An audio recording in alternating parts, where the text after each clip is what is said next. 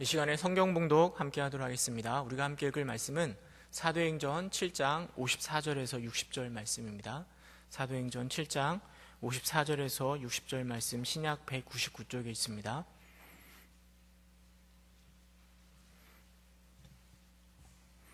사도행전 7장 54절에서 60절 말씀 한 절씩 교독하고 마지막 절은 함께 읽도록 하겠습니다. 제가 먼저 54절 봉독하도록 하겠습니다. 그들이 이 말을 듣고 마음에 찔려 그를 향하여 이를 갈거늘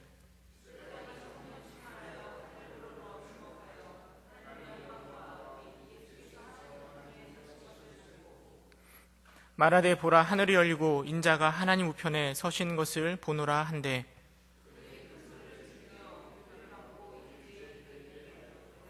성 밖으로 내치고 돌로 칠세 증인들이 옷을 벗어 사울이라 하는 청년의 발 앞에 두니라.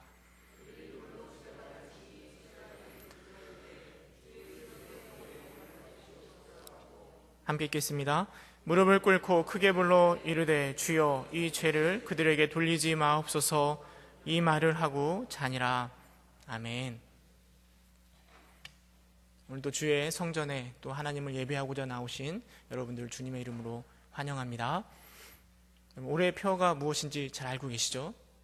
구원의 즐거움을 회복하자입니다.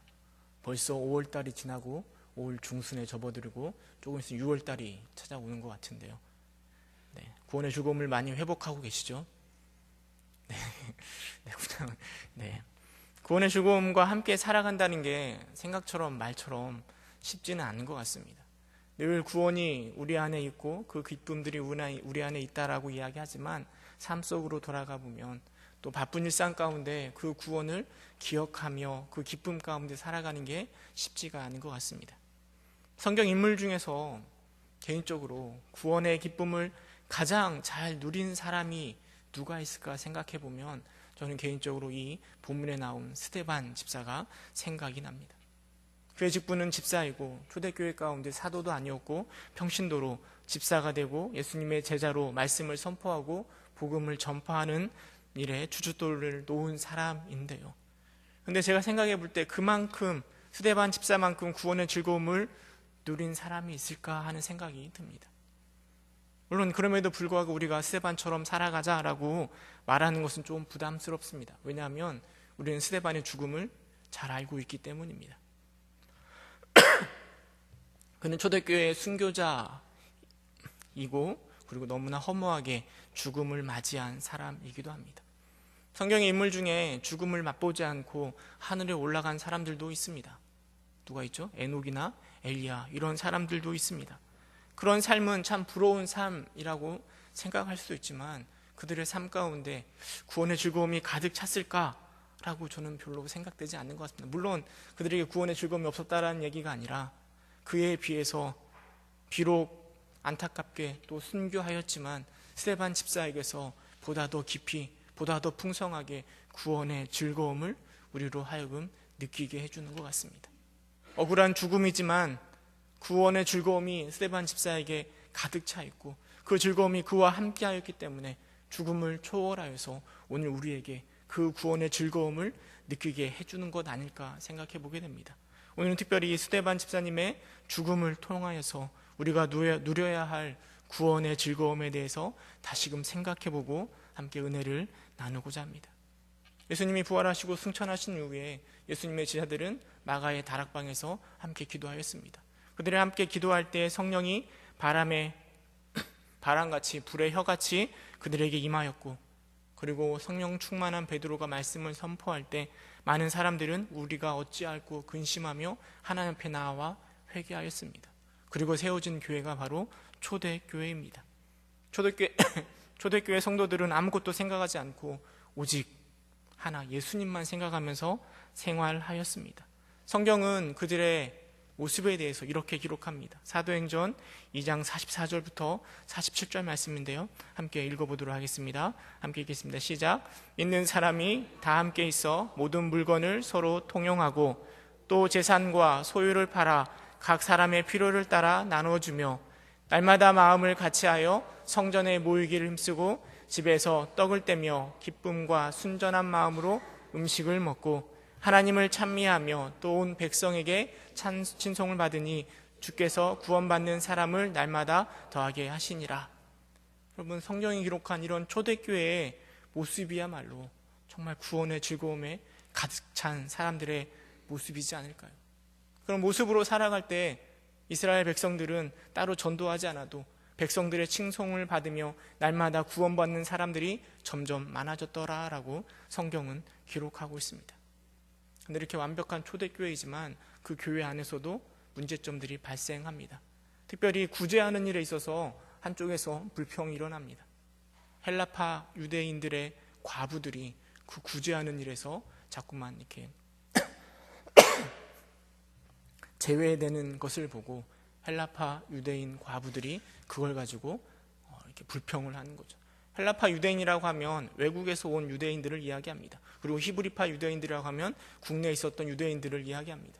그런데 그들을 과부들이 어려운 상황 가운데 있을 때 그 교회가 초대교회가 함께 나눌 때 자꾸만 헬라파 유대인 과부들에게 구제하는 일에 대해서 자꾸만 빠뜨리게 되는 것이죠.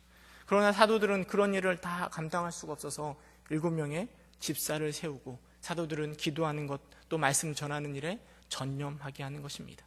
그 7 집사를 세울 때요, 아무나 세운 것이 아니라 성경을 보면 지혜와 성령이 충만하여 칭찬받는 자를 세웠다라고 성경은 기록하고 있습니다. 그 중에 한 사람이 바로 스데반입니다. 특별히 6장 5절에 보면 스데반 집사에 대해서 이렇게 이야기합니다. 믿음과 성령이 충만한 사람이라고 6장 5절은 그를 이렇게 표현하고 있습니다. 6장 8절에 보면 스데반은 집사로 세워진 이후에 은혜와 권능이 충만하여 큰 기사와 표적을 민간에 행하였다라고 이야기합니다. 사람들과 더불어 변론하였습니다.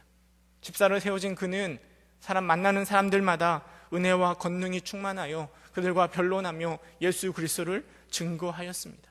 6장 10절에 보면 스데반이 지혜와 성령으로 말함을 당해내지 못하였다라고 성경은 기록하고 있습니다.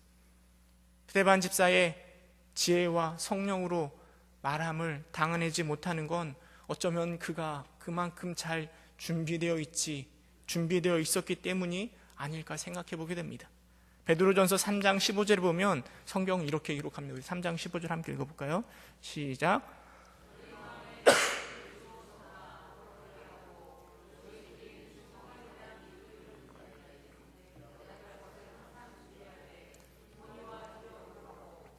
스데반도 이렇게 준비된 것 아닐까요?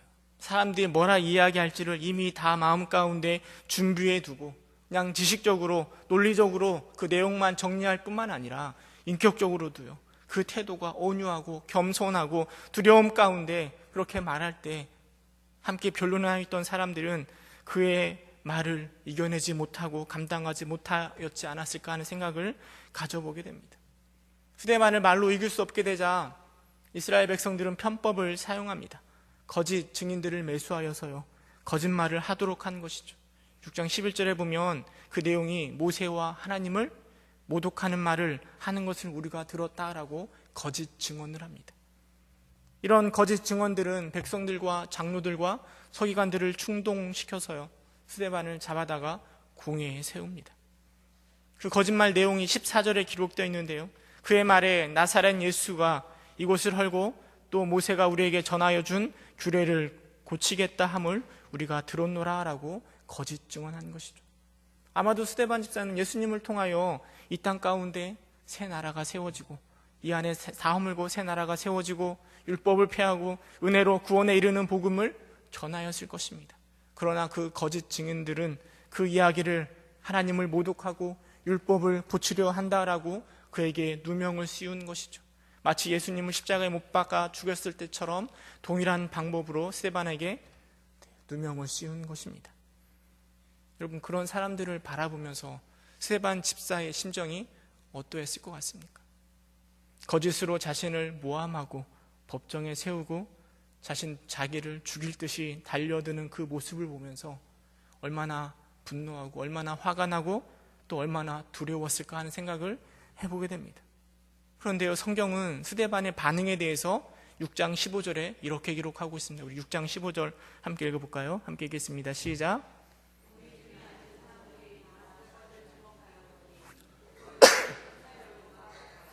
네, 스데반의 얼굴이 뭐와 같다고요? 네, 천사의 얼굴과 같았다라고 이야기합니다. 사람들은 거짓말을 통하여서 스데반을 법정에 세우고 스데반이 하나님을 모독하고 율법을 폐하려 했다라고 이야기하면서 사람들이 웅성웅성거리며 스데반을 어려움 가운데 처하게 하고 있습니다. 그런데 그런 상황 가운데 성경은 스데반의 얼굴이 천사와 같다라고 표현하고 있습니다. 여러분, 천사와 같은 얼굴이 어떤 얼굴일까요? 어떤 얼굴이 되면 천사와 같은 얼굴이라고 말할 수 있을까요? 이렇게 환하게 웃는 얼굴이 천사와 같은 얼굴일까요? 아니면 근심과 걱정이 없고 아주 행복한 표정, 그것이 천사와 같은 얼굴일까요? 이것도 아니면 그 시내산에서 모세가 내려왔을 때 얼굴에 광채가 나가지고 사람들이 그 얼굴을 볼까봐 얼굴에 이렇게 수건을 썼던 것처럼 스데반 집사의 얼굴에서 좀 우리와는 다른 또 어떤 모습이 나타나서 그를 천사와 같다라고 표현했을까요? 사실 저도 보질 못해서 천사와 같은 얼굴이 어떤 모습인지는 잘 모르겠습니다. 그러나 제가 상상해 볼 때 그 천사와 같은 그 얼굴 그 안에는 하나님의 영광이 가득 차 있는 얼굴 아닐까요? 아니, 하나님의 임재를 표현하는 방법, 비록 어려움 가운데 있지만 하나님이 나와 함께 하심을 표현하는 방법이 바로 천사와 같다라고 성경이 이렇게 표현하고 있는 것은 아닐까요? 비록 어렵고 힘들지만 그 순간에도 하나님의 영광이 드러나는 그 천사와 같은 모습이 어쩌면 우리가 그토록 회복하기를 원하는 구원의 즐거움이 가득한 얼굴 아니겠습니까? 세상은 사람들은 우리를 무시하고 모욕하고 욕되게 하지만 우리를 여전히 사랑하시는 하나님으로 인하여서 기쁨이 넘치고 웃음이 넘치고 즐거움이 넘치고 구원의 즐거움이 넘치는 그 얼굴, 그것이 바로 천사와 같은 얼굴 아닐까요? 여러분, 서로 한번 바라보시겠습니까? 어떠셔요? 천사와 같은 얼굴이신가요? 네, 천사와 같은 여러분 되시기를 주님의 이름으로 축원합니다. 네, 그런 천사와 같은 어려운 상황 가운데서도 천사와 같은 얼굴을 하고 있는 스데반이 7장에 넘어가면 거짓 증언에 대해서 추궁하는 제사장에게 긴 설교의 내용, 자신의 고백을 하고 있습니다. 7장의 앞절부터 쭉 읽어보면 어떤 내용인가 하면 창세기에 나오는 아브라함에서부터 이삭, 야곱, 요셉을 거쳐 또 모세를 거쳐 출애굽하고 여호수아와 다윗과 솔로몬 이야기를 하면서 모든 일 위에 구원을 더하여 주시는 예수님을 증거하고 있습니다. 그 즐거움, 구원의 즐거움이 무엇인가를 그들에게 말로 표현하고 있습니다. 그리고 그 스데반은 구원의 기쁨, 그 즐거움, 우리에게 구원을 가져다 주시는 예수님에 대해서만 말할 뿐만 아니라 그 예수님을 저버린 백성들의 죄악을 분명하게 지적합니다. 7장 52절, 53절 우리 함께 읽어보도록 하겠습니다. 7장 52절, 53절 함께 읽겠습니다. 시작.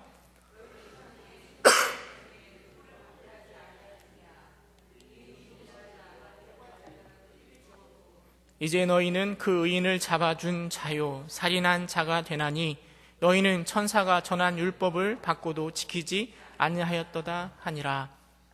스데반은 분명하게 그들의 죄악에 대해서 너희들도 우리 조상이 그 선지자를 죽였던 것처럼 예수 그리스도를 의인을 잡아 죽이고 살인한 자가 되지 않았느냐라고 분명하게 그들의 죄악을 지적합니다. 스데반의 지적에 사람들은 마음의 찔림을 받았습니다. 그런데 성령 강림 이후에 베드로의 설교 앞에 어찌할꼬 하면서 하나님 앞에 나왔던 것처럼 스데반의 설교를 듣고 찔림을 받은 그들이 하나님 앞에 나오는 것이 아니라 성경은 이를 갈았다라고 기록하고 있습니다. 여러분, 이를 왜 갈까요? 억울하고 분통하니까. 그러나 아무것도 할 수가 없으니까 이를 가는 것 아니겠습니까? 스데반의 지적 앞에 자신이 억울하고 분통하지만 그 말이 너무나 합당하여서 아무것도 못하여서 이를 갈고 있는 그 무리의 모습들을 생각해 볼 수 있습니다. 그런데 그 스데반이 하늘을 우러러 하늘이 열리고 인자가 하나님 우편에 서신 것을 보리라 라고 말하였을 때 너희가 죽인 예수가 하나님 우편에 앉아 계신다라고 이야기를 들었을 때 사람들은 큰 소리를 지르며 귀를 막고 일제히 스데반에게 달려들어 스데반을 돌로 쳐 죽이는 악행을 저지릅니다. 여러분, 그때 스데반의 고백이 무엇이었는가 하면 7장 59절에 주 예수여 내 영혼을 받으시옵소서. 돌에 맞아 온몸이 상처투성이가 되고 어찌 보면 이 몸이 이그러지고 부러지고 그런 아픈 상황 가운데 스데반은 자신의 몸을 추스리고 무릎을 꿇고 앉아 주여 이 죄를 그들에게 돌리지 마옵소서라고 고백하고 있습니다. 성경을 보면 그 마지막 때 스데반의 얼굴이 어떠하였는지 분명하게 기록하고 있지는 않습니다. 그러나 제가 상상할 때 그 마지막까지도 그 스데반의 얼굴은 천사와 같지 않았을까요? 그 마지막까지도 그 스데반의 얼굴에는 구원의 즐거움이 가득 차 있는 얼굴이었을 것이라 저는 확신합니다.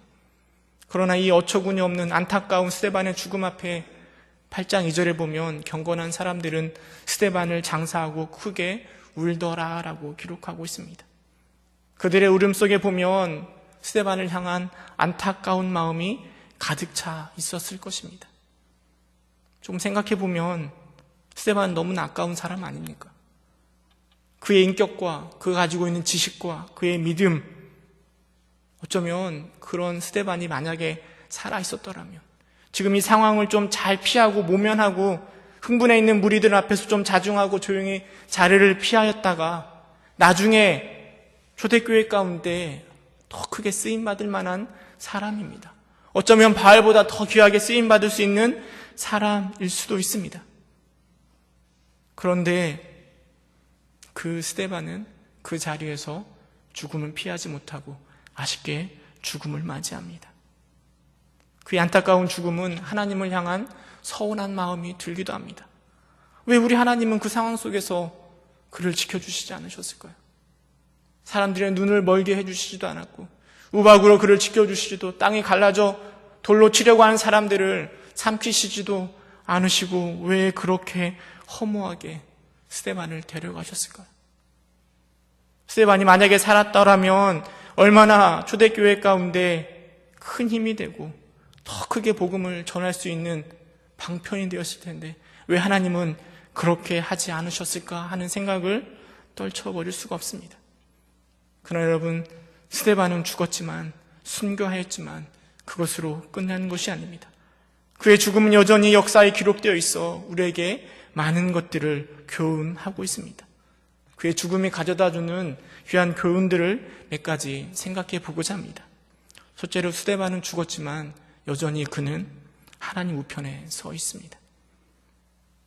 스데반은 잘못한 것 없이 죄를 지은 것 없이 원수들의 거짓 증언을 통하여서 하나님을 모독하는 자로 율법을 회방하는 자로 공회에 넘겨졌습니다.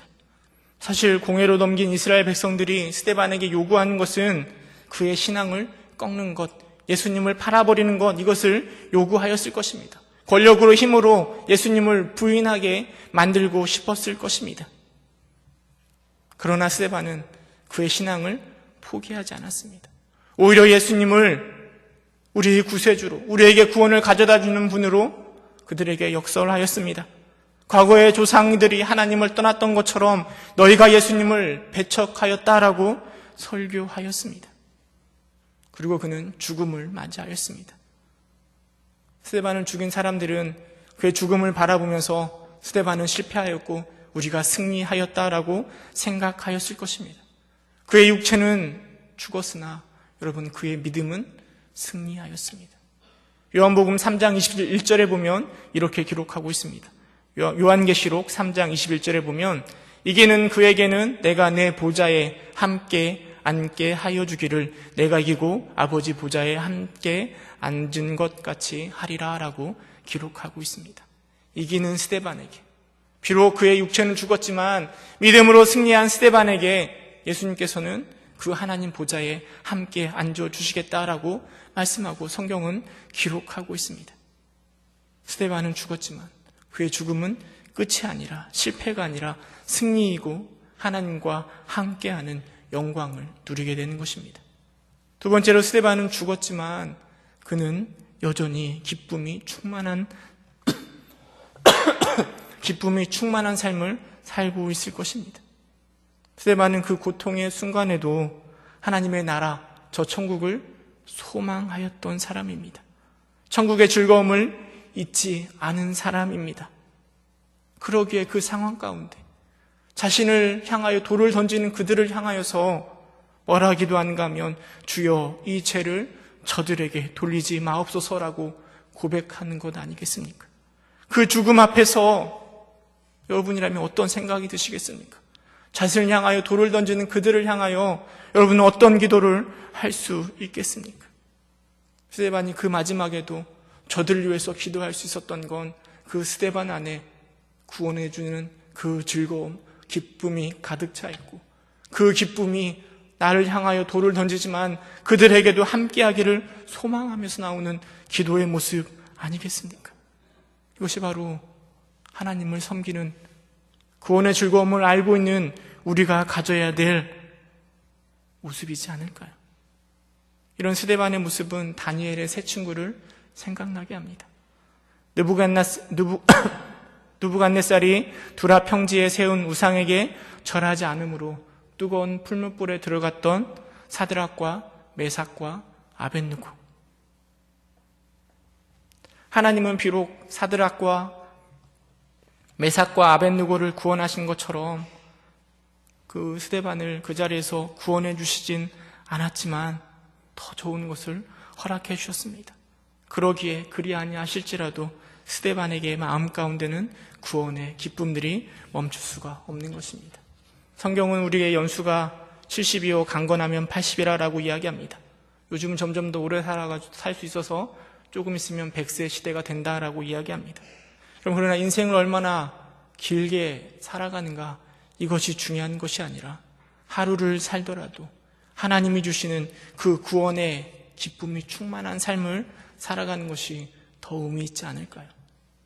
스데반은 비록 짧은 삶을 살아갔지만 그 죽는 그 순간까지도 그 기쁨이 떠나지 않는 그런 모습으로 살아갔습니다. 그런 기쁨이 가득 차 있는 여러분 되시기를 주님의 이름으로 축원합니다.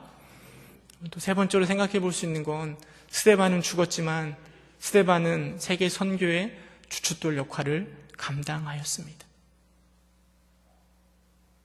스데반은 죽어서 더 이상 아무것도 할 수 없지만은요, 그 구원의 기쁨은 날로 날로 확장되어 가고 있습니다. 예루살렘의 성령의 강림 이후에 시작된 복음의 빛은 예수님께서 제자들에게 부탁하신 대로 예루살렘과 온 유다와 사마리아와 땅끝까지 퍼져나갑니다. 그리고 그 복음은 오늘 우리에게까지도 도달한 것입니다. 남자나 여자나 젊은 자나 늙은 자나 가난한 자나 부한 자나 상관없이 복음이 온 세계로 퍼져나갔습니다. 그러나 사실 초대교회 사람들은 복음의 빛을 땅끝까지 보냄에 있어서 주저했습니다. 곧 있으면 예수님 이 땅에 오시는데 저기까지 가서 복음을 전할 것이 아니라 예수님 오실 그날을 고대하며 예루살렘 안에서 초대교회라는 공동체 안에서 머물러 있고자 하였습니다. 그런데요, 스데반의 순교 이후에 그리고 그날에 이 8장 1절에 보면 그날에 박해가 가해지고 예루살렘에 모여있던 초대교회 성도들은 곳곳으로 흩어져 갑니다. 8장 4절에 가면 그 흩어진 사람들이 두루 다니며 복음의 말씀을 전하였다라고 성경은 기록하고 있습니다. 빌립보는 그 예루살렘의 박해를 피해 사마리아 성으로 가서 그 사마리아 땅 가운데 복음을 전하였습니다. 복음을 전해지는 모습을 바라보고 베드로와 요한 사도들도 그들에게 나아가서 성령의 세례를 받게 되었다라는 기록이 8장의 기록입니다. 스데반은 예루살렘에서 억울한 죽음을 맞이했지만 그의 죽음은 복음의 전파에 물꼬를 트는 역할을 한 것입니다. 억울한 죽음처럼 보이는 스데반의 죽음이지만 하나님은 그 죽음을 사용하셔서 구원 사역을 이루어 가시는 모습을 우리는 이 스데반을 통하여서 바라볼 수 있는 것입니다. 스데반은 죽었지만 그의 죽음은 그것으로 끝나는 것이 아니라 구원의 기쁨을 나누는 일에 더 크게 사용받고 있는 것이죠. 네 번째로 스데반은 죽었지만 그는 한 영혼을 세웠습니다. 한 사람에게 구원의 기쁨을 알게 해주는 것입니다. 7장 58절에 이렇게 기록하고 있습니다. 우리 7장 58절, 사도행전 7장 58절 함께 읽어보도록 하겠습니다. 시작.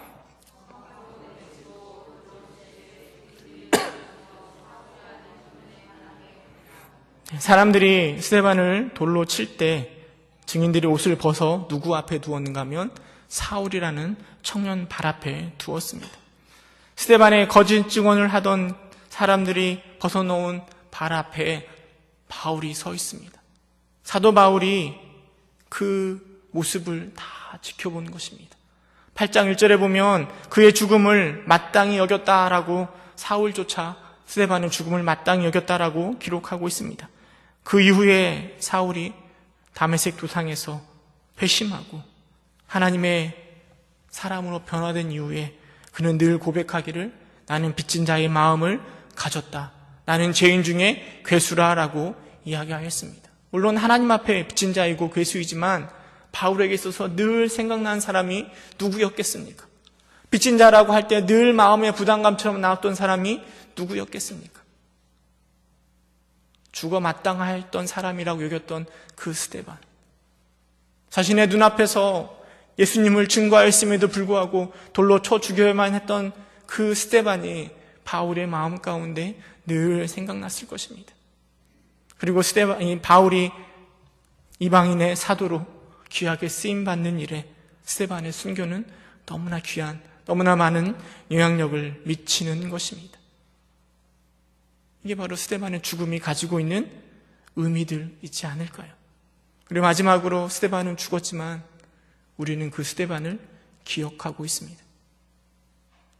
아무 관계도 없는 이스라엘 땅에 우리는 한 번도 가보지 못하였고 2000년 전에 살아있는 그 스데반을 우리가 알 필요도 없지만 오늘 시간 우리는 스데반을 함께 나누며 그를 기억하며 그를 생각하며 교훈거리를 찾고 있습니다. 그의 삶을 기억하고 있습니다.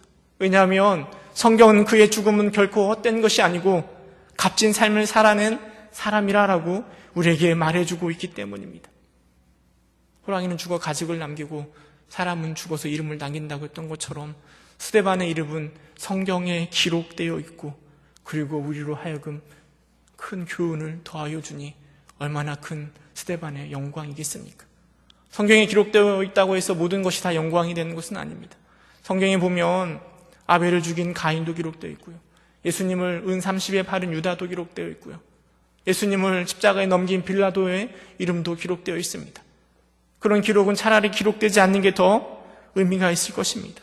그런데 스데반은 12제자도 아니고 사도도 아니었지만 7지사 중에 한 사람이었고 너무나 허무하게 죽은 사람이지만 성경은 그를 믿음과 성령이 충만한 자라고 기록하고 있고 복음을 증거하다 돌에 맞아 순교한 자로 기록하고 있으며 무엇보다 천국의 기쁨을 누리는 자로 기록하고 있으니 얼마나 그에게 큰 영광이 되겠습니까? 여러분, 스데반이요, 천국에서 자신의 삶을 돌이켜보면서 나의 죽음에 대해서 아쉬워할까요? 조금이라도 더 생명을 왜 눌러주지 않으셨을까라는 아쉬움이 스데반에게 있었을까요? 여러분, 그런 아쉬움은 하나님이 주시는 구원의 즐거움을 잘 모르는 자들에게나 생기는 아쉬움일 것입니다. 스데반에게 있어서 그의 죽음은 영광의 죽음이고 즐거움과 기쁨의 즐거움이 되었을 것입니다. 여러분, 우리도 그런 스데반이 누렸던 그 구원의 기쁨들을 누려야 하지 않을까요? 2006년도에 33살 된 한 젊은 청년이 죽었는데요. 그의 장례식에 그를 애도하기 위해서 모인 사람이 4,000명이나 되었다고 합니다. 그 사람의 이름이 무엇인가 하면 안수현이라는 의사였습니다. 군의관으로 근무하는 젊은 의사는 너무나 안타까운 나이 33세에 유행성 출혈열이라는 병에 걸려 젊은 나이에 세상을 떠났습니다. 그는 의료계의 권위자도 아니고요, 성적이 뛰어난 의대생도 아닙니다. 아주 평범한 의대생이었습니다. 그런데요, 그 안수현 의사를 기억하기 위하여서 많은 사람들이 그 장례식에 모여 함께 그의 죽음을 애도하였습니다. 왜일까요? 그의 삶은 하나님의 가르침을 따라 환자의 생명을 자신의 생명처럼 귀하게 여기면서 그 몸을 치유해 줄 뿐만 아니라 마음까지 헤아려 주었기 때문입니다. 안수연이라는 의사는 자신의 맡은 직분을 감당하면서 늘 돌아다니면서 하나님의 기쁨을 나누었고요. 또 책을 나눠주고 CD를 나눠주면서 구원의 기쁨을 증거하였습니다. 자신이 맡은 소아과 환자에게 그 환자의 생일날, 그 아이의 생일날 집으로 찾아가 케이크를 전해주기도 하였고요. 죽어가는 환자를 밤마다 찾아가 손을 붙들고 치유되기를 위하여서 기도하기도 하였습니다.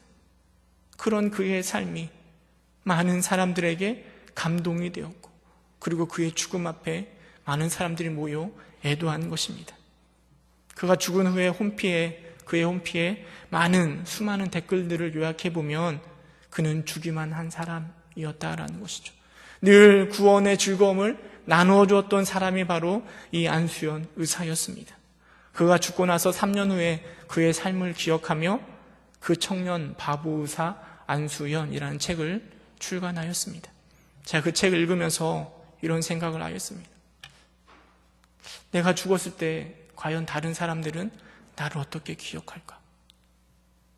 내가 죽었을 때 사람들은 나를 어떻게 기억해 줄까? 이런 것들을 생각해 보게 되는 것 같습니다. 뿐만 아니라 오늘 나는 내 삶을 어떻게 살아가고 있는가? 이것도 생각해 보게 됩니다. 여러분들은 죽음 이후에 내가 죽게 되었을 때 다른 사람들에게 어떻게 기억되길 원하십니까? 우리 부평 동북교회에서는 여러분들의 죽음을 어떻게 기억하기를 소망하십니까? 아니, 우리의 자녀들은 여러분들을 어떤 사람으로 기억해 주기를 소망하고 계십니까? 어버이 주일, 어버이날을 맞이해서 우리 자녀들이 나를 어떻게 사랑해 줄까, 어떻게 섬겨줄까, 이런 것을 기대하는 것도 중요하지만, 또 우리 부모들을 어떻게 섬겨주고 어떻게 사랑을 베풀까 하는 것을 생각하는 것도 중요하지만, 그보다 더 중요한 것은 부모된 우리가 우리의 자녀들에게 어떤 사람으로 기억되어야 될까 고민하는 것이 더 중요하지 않을까요? 여러분, 이 스데반의 모습을 보면서 우리의 마지막 순간의 모습을 준비해야 하지 않을까요? 바라그는 이곳에 계신 여러분들의 삶이 스데반과 같은 사람으로 기억되기를, 구원의 즐거움이 가득한 사람으로 기억되기를 간절히 소망합니다. 물론 우리가 스데반처럼 그렇게 순교할 수는 없지만, 그러나 우리의 생이 어떻게 마감이 되든지 그 즐거움을 잊지 않았던 사람으로 기억될 수 있기를 주님의 이름으로 축원합니다. 뿐만 아니라 죽음 이후에 뿐만 아니라 죽기 전에도, 살아생전에도 여러분들과 대화를 하기만 해도, 얼굴을 바라보기만 해도, 이름을 기억하기만 해도 믿음의 경륜이 느껴지고 구원의 즐거움이 가득한 사람, 천사와 같은 사람으로 기억되는 여러분 되시기를 주님의 이름으로 축원합니다. 함께 기도하겠습니다. 은혜가 풍성하신 하나님, 안타까운 스데반 집사의 죽음이지만 하나님, 그의 죽음은 죽음으로 끝난 것이 아니라